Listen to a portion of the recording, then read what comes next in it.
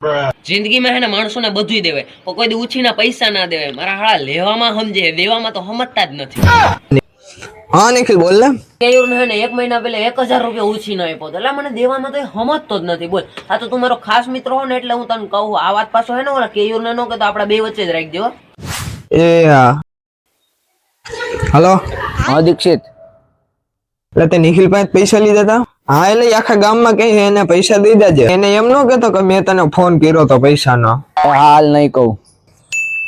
આ નિખિલ, હા બોલ કેયુર. પૈસા લીધા ને ભાઈ, તને પૈસા આપી દે તો ગામમાં કહેતો નહીં હો કોઈને. તને કેવો યાર, તારા પેટમાં વાત નથી રહેતી યાર. પૈસા તને મળી જાહેલા. અને મેં દીક્ષિતનો ફોન આવ્યો તો મને.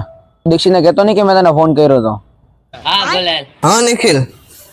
બસ ને દીક્ષિત કહી દીધી ને કેયુર વાત પેટમાં રાખી ના હે ગો ને તું તો બાજુમાં બેહીને ખદડો નીકળ્યો. હા દીક્ષિત, મેં કોઈ વાત નથી ટકતી એલા તું ભાઈઓમાંથી ખદડાઈ કરે. હવે નિખિલ એમ ન કહેતો કે મેં તને પાછો ફોન કર્યો તો.